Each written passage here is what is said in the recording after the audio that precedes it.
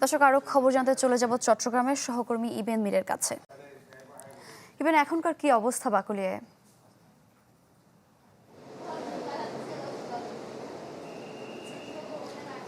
আমি আসলে এই মুহূর্তে আছি চট্টগ্রাম মেডিকেল কলেজ হাসপাতাল, যেখানে যে নির্যাতনের শিকার শিশুটিকে ওয়ান স্টপ ক্রাইসিস সেন্টারে যে চিকিৎসা, সেই চিকিৎসা দেওয়া হচ্ছে।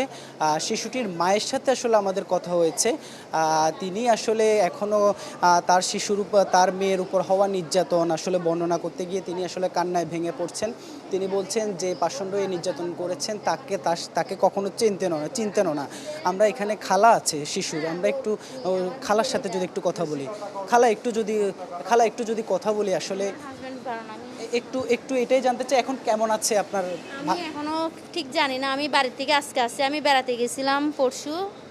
এখন আমার তাড়াতাড়ি করে ফার্স্ট টিপে গাড়িতে চলে আসতে হয়েছে। এখন আমি কিছু জানি না, আমি দেখতে আসছি মাত্র।